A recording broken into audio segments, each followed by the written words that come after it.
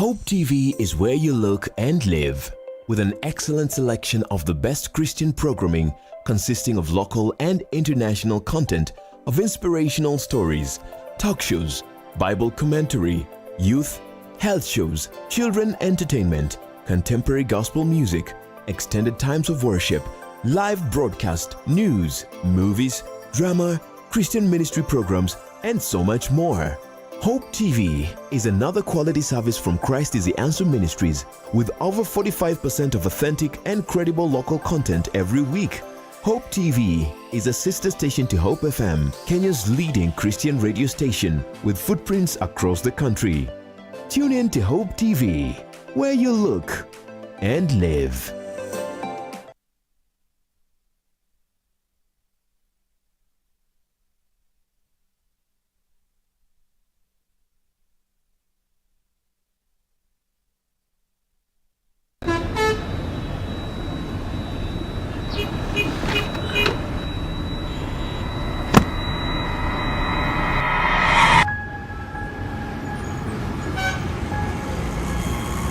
Rafiki soul is the promise of a hand that reaches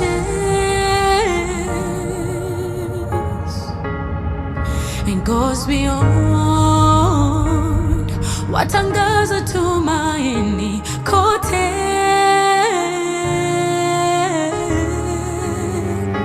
I'm forever grateful, ninashukuru ukarimu, ukarimu.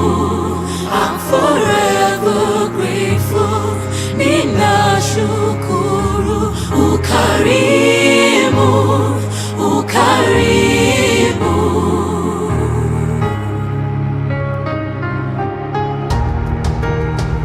Rafiki soul is a promise of a hand that reaches and goes beyond watangaza tumaini kote. I'm forever grateful, ninashukuru ukarimu, ukarimu. I'm forever grateful, ninashukuru ukarimu, ukarimu. Rafiki soul. Friends of Hope, keeping hope alive.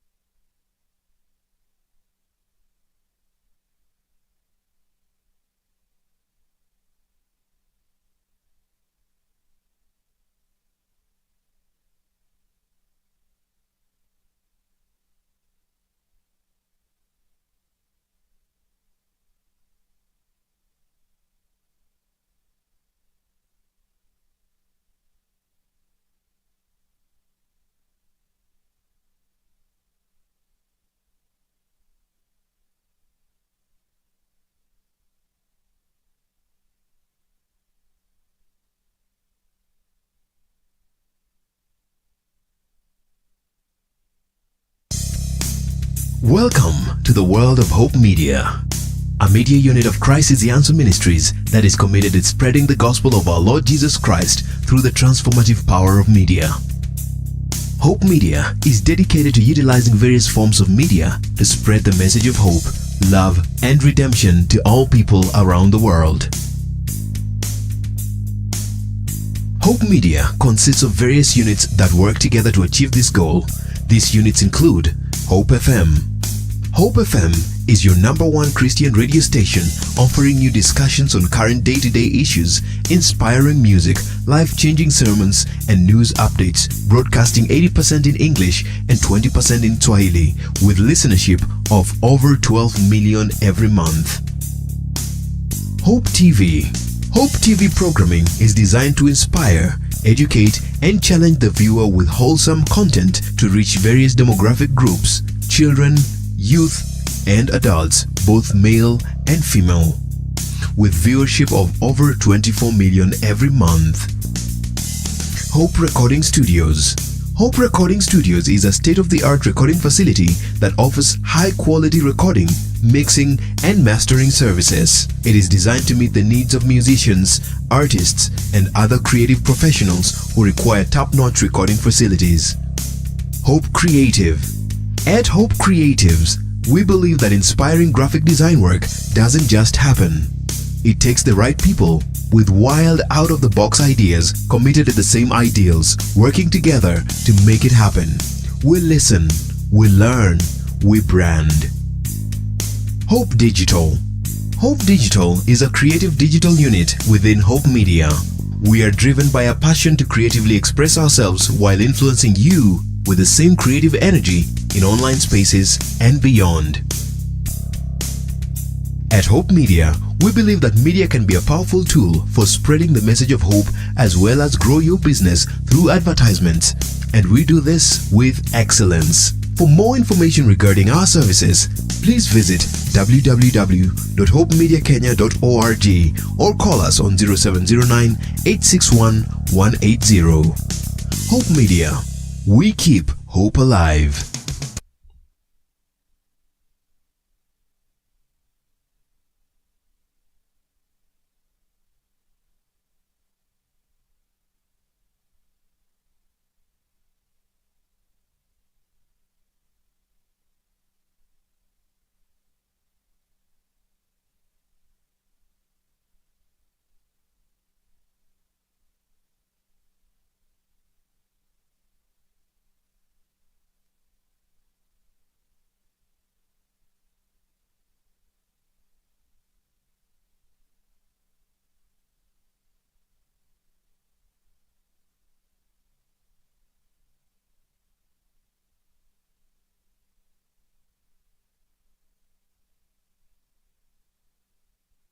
Hope TV is where you look and live, with an excellent selection of the best Christian programming consisting of local and international content of inspirational stories, talk shows, Bible commentary, youth, health shows, children entertainment, contemporary gospel music, extended times of worship, live broadcast, news, movies, drama, Christian ministry programs, and so much more.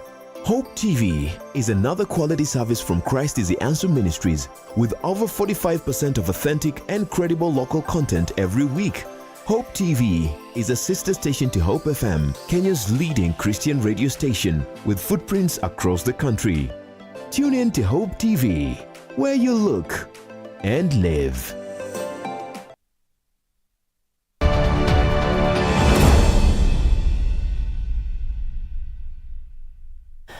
You're right on time for Hope TV Newswatch on this 20th day of May 2025. We do apologize for the slight technical hitch, but you are now okay. A very good evening to you wherever you're watching us from, and welcome to the broadcast. My name is Kennedy Kimani, and signing for us tonight is Boniface Moredi. President William Ruto has urged Kenyans to ignore critiques and reject falsehoods surrounding the government's transformative agenda. Speaking today during the handover of over 1,000 new affordable housing units at the new Mukuru estate in Nairobi's industrial area, the head of state reaffirmed his administration's commitment to dignified affordable housing for low-income earners. The project, part of the affordable housing program, is set to deliver more than 13,000 units upon completion. Alice Diana begins our bulletin with the following report. Leo katika hapa Mukuru New Mukuru Estate tunawapatia funguo, sio ya kufungua mlango, sio ya kufungua nyumba, ya kufungua kwenu, ya kufungua kwako. While handing over 1,080 affordable housing units to residents of Mukuru in Nairobi, President William Ruto noted that the project is a turning point in the government's affordable housing agenda to provide decent homes for Kenyans, particularly those at the bottom of the wealth pyramid. Na ndio mimi nasimama hapa kusema ya kwamba leo this is a turning point. Wale hawakukuwa na imani ya kwamba inawezekana, mimi nawaambia watu wa Mukuru, inawezekana haiwezekani? Inawezekana haiwezekani? Munasema tuendelee tusiendelee? In his address to the beneficiaries of the affordable houses, the president emphasized that the initiative is also spurring economic growth through the involvement of local contractors, artisans and youth in construction. He further revealed that over 200 similar housing projects are currently at various stages of completion across the country, creating employment for more than 200,000 young people. Sio nyumba peke yake imepatikana hapa. Hapa tumepatikana ajira. Hapa kumefanyika biashara. Hapa kumefanyika mambo ya viwanda.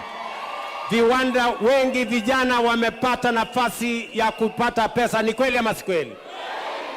Nasikizeni, sio kazi inaendelea hapa Mukuru peke yake. Tuko na mahali 200 different sites in Kenya kama hii inaendelea hapa.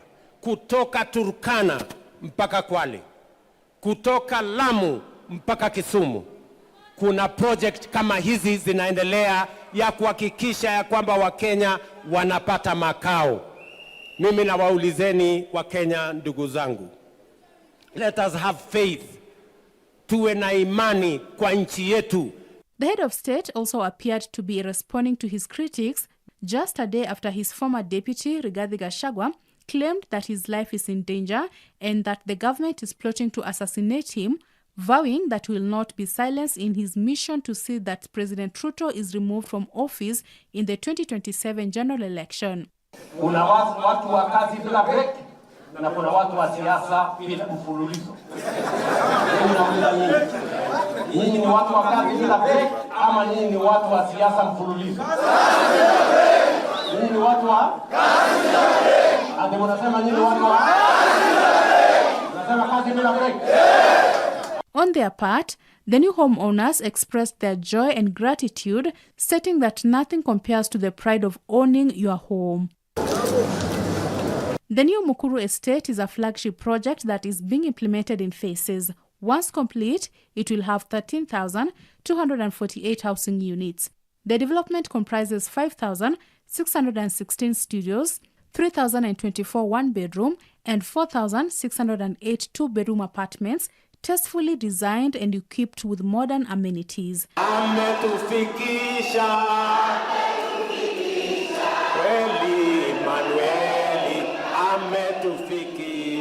Alice Diana, Hope TV Newswatch. Much Alice for that report. Prime Cabinet Secretary Musalia Mudavadi has raised concern over the delays in reconstituting the Independent Electoral and Boundaries Commission, warning it is disrupting the country's electoral calendar. Mudavadi has accused some politicians of using court proxies to stall the process. This comes after the High Court halted the vetting of IEBC chairperson and member nominees, citing legal flaws in the selection process by the president and the panel. The next step is that IEBC must be constituted.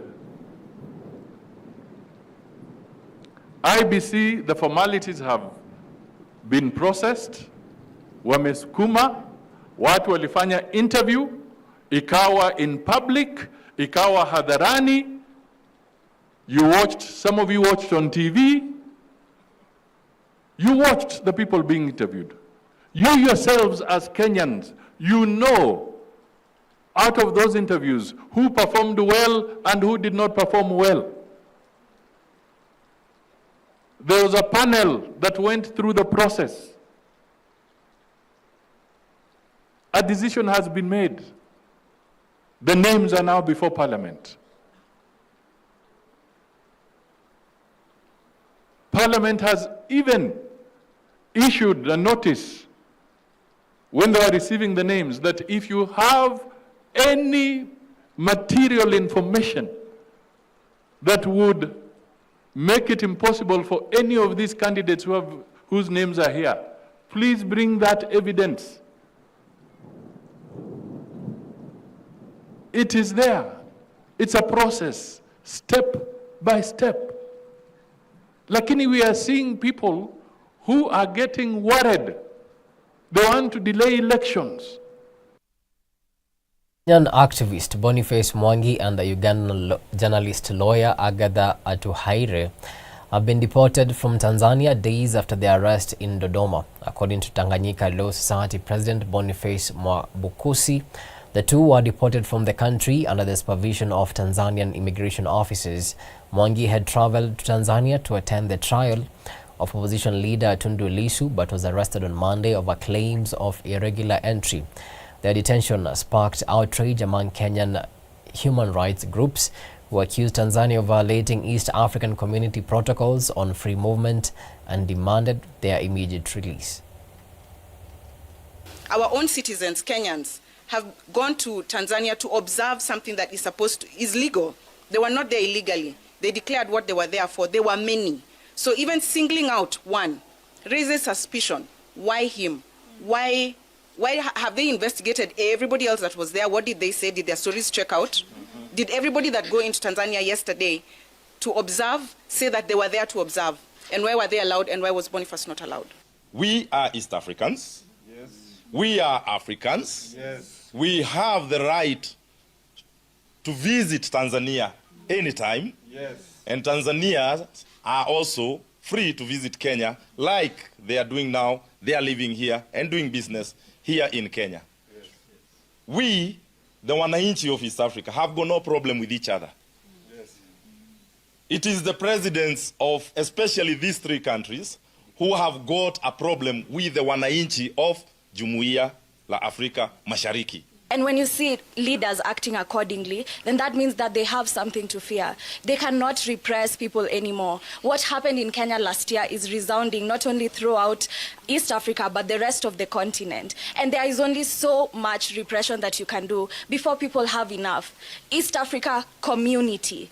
The meaning of community, I don't think these leaders understand. From that, and business came to a standstill in Karatina town in Nyeri County, as residents protested alleged harassment of former Deputy President Rigathi Gachagua by the Kenya Kwanza government. Protesters lit tires and blocked roads, clashing with police before being dispersed. The demos follows Gachagua's claims that he's being surveilled by state agents with unmarked cars trailing him and monitoring his homes in Nairobi and Nyeri.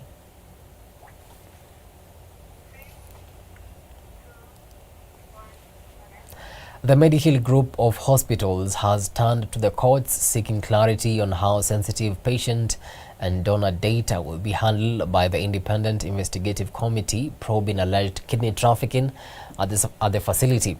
Through their lawyer, Senior Counsel Kato Akigan, the hospital submitted 470 files containing records of transplant patients and donors from 2020 to 2025, raising concerns over potential breaches of doctor-patient confidentiality. Medihill argues that only a court directive can strike a balance between the ongoing investigation and the need to protect patient privacy, even as the matter continues to attract national attention. We've had to file a case in Eldoret High Court, where the hospital is based. And our desire is that that issue be determined in terms of the handling, access to information, and protecting the patient's confidentiality. And so even in submitting the documents today, we have given out the documents on that understanding, on the understanding that the committee will be very delicate in how they handle the documents until the court tells us how the documents are to be handled to secure the confidentiality of the patients.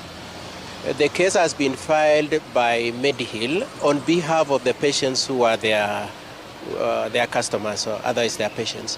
So it's been filed by Medihill on behalf of the patients. Universities Academic Staff Union and the Kenya Universities Staff Union have strongly criticized Moi University for firing 892 staff members without prior consultation. Speaking in Eldoret, WASU Secretary General Constantine Wesonga said the decision defied a court directive that had ordered dialogue between the university and the unions. The officials are now demanding the immediate reinstatement of all affected workers, warning that no talks will continue unless the university complies with the court's order. The mass layoffs come as part of a restructuring plan at the financially struggling institution. We are concerned as unions that our members are being sent home in a process we never participated in a process we do not understand. We don't even know those singled out, how they were singled out. We don't know. We don't understand. Our efforts to engage in consultation as demanded by the law were rebuffed by this institution. And therefore, we were not able to share our views together with the employers' views so that we arrive at what is minimum effect of redundancy. And because the employer chose to do it the way he did it, these members of staff are outside here languishing, jobless. Their dependents are feeling it. And the employer is happy because he's still going to the bank and getting his salary. We've never had academic staff being declared redundant. And when you declare an office redundant, it means that office does not exist. We have professors, we have senior lecturers, we have lecturers, we have assistant lecturers being declared redundant, while others are remaining. Students are still there. Then what are you doing? It means you don't know the meaning of redundancy. Section 40 contemplates that parties must consult and may come up with alternative, if possible, to redundancy. Government and education stakeholders are being urged to deepen their investment in their sector to ensure inclusive and equitable access to learning. While addressing residents at Ramula School in Upper Nyakach, Kisumu County, parliamentary aspirant Johannes Atela emphasized the importance of the Constituency Development Fund in supporting students from low-income families. He also called on the government to increase education funding to improve school infrastructure, particularly classroom construction. I want to really encourage the government, starting from the county government to the national government, that let's continue our investment in education. One, the investment through the CDF, which has been supporting so many students to be able to pursue their education. That investment must continue if the country has to realize the value of its people. That investment, I want to repeat, we need to ensure that it continues to be availed to the people of different calibers so that they can benefit from it. Investment in education is not just also a bursary, but also in terms of infrastructure. We call upon the government that the capitation fund that they had committed to really support our schools with, I want to encourage or call upon the government through the ministry to really act on that fund, to ensure that the schools that our children are going to are able to be developed, are able to be supported in terms of infrastructure. It is exactly 27 minutes past the top of the hour. Time now for a short break. But before then, let me just inform you that the senior pastor of Sitam Buruburu Church, that is Reverend Dr. Stanley Mongadia, together with the church leadership, invites you to their 18th anniversary and a sanctuary dedication ceremony happening this Sunday, the 25th of May at Sitam Buruburu, Phase 5 of Mumias Road from 8 a.m. The special occasion will be presided over by this presiding bishop of Sitam, that is Reverend Callisto Odede, and they'll be celebrating God's faithfulness. The pastor is also inviting you for 4 nights of revival meetings dubbed Times of Refreshing. The meetings will run from Tuesday, that is today, through 23rd, starting from 6 p.m. to 9 p.m. daily. That is the sanctuary dedication ceremony, and the 18th anniversary of Sitam Buruburu will happen on Sunday, the 25th of May. That is this coming Sunday from 8 a.m. at Sitam Buruburu, phase 5 of Mumias Road. Now time for a short break, but immediately after, I'll be back with the business and sports news. Stick around.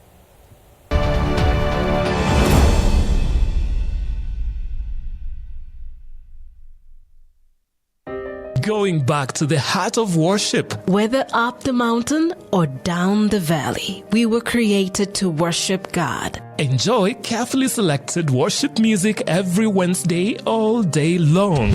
Oh, I will sing of the goodness of God.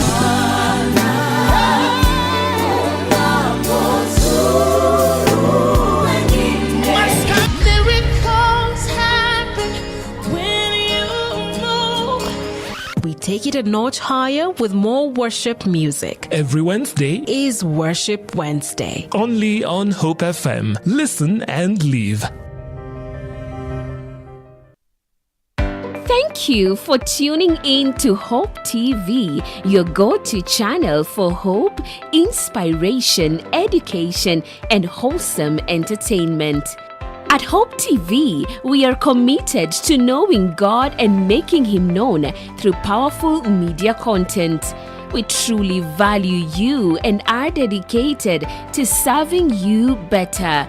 For feedback, inquiries, or complaints, reach out via WhatsApp or SMS on 0708 222 323. Email us at customerexperience@hopefm.org.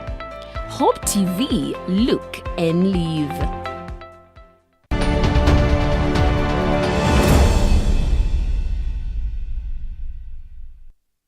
Thank you so much for staying with us. Now let's get down to business, and Kenya's dairy industry is set for a major leap, with projections showing a 53% growth by 2028, driven by a robust private sector push under the Nourishing Prosperity Alliance Forage for Animal Growth in East Africa.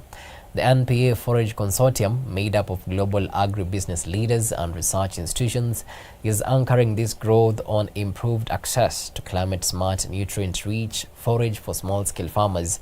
The transformation could see half a million farmers producing 3.4 billion liters of milk annually, raking in over 156 billion shillings in revenue. What we are hoping to achieve is we are targeting a growth of 16% through the dairy sector in this year. Then hoping that will come up all the way to 26% in the coming year. And eventually by 2028, we are hoping and projecting to about 3% growth. This growth will be measured by the number of farmers who are adopting these climate smart practices, so growing them, preserving them, conserving them, things like that. We are also going to measure this through the increase in milk production, the reduction in costs of producing the milk, and eventually the sustainability or the emergence of a sustainable market, primarily for forages, spread out throughout the different counties that we are working with. So this will be the forage sellers and eventually the farmers who buy the forages. The 53% projected growth is not a pipe dream, as we have already seen the results from our pilot project, which was done from 2020 to 2023, and also seen the results from our first year of implementation in 2024. So dairy farmers have started to improve their attitudes and practices from the trainings in regards to how they are feeding their cows, and this has resulted to higher milk yields.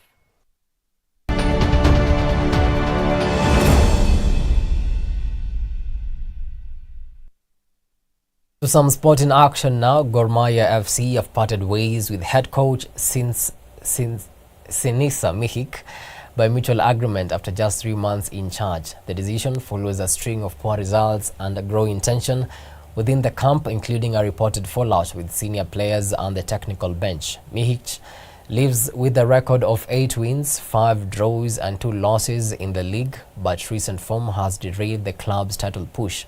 With only 4 games left, assistant coaches Michael Nam and Zedekia Ziko Oteno will guide the team on an interim basis as Kogalo fight to keep their slim title hopes alive.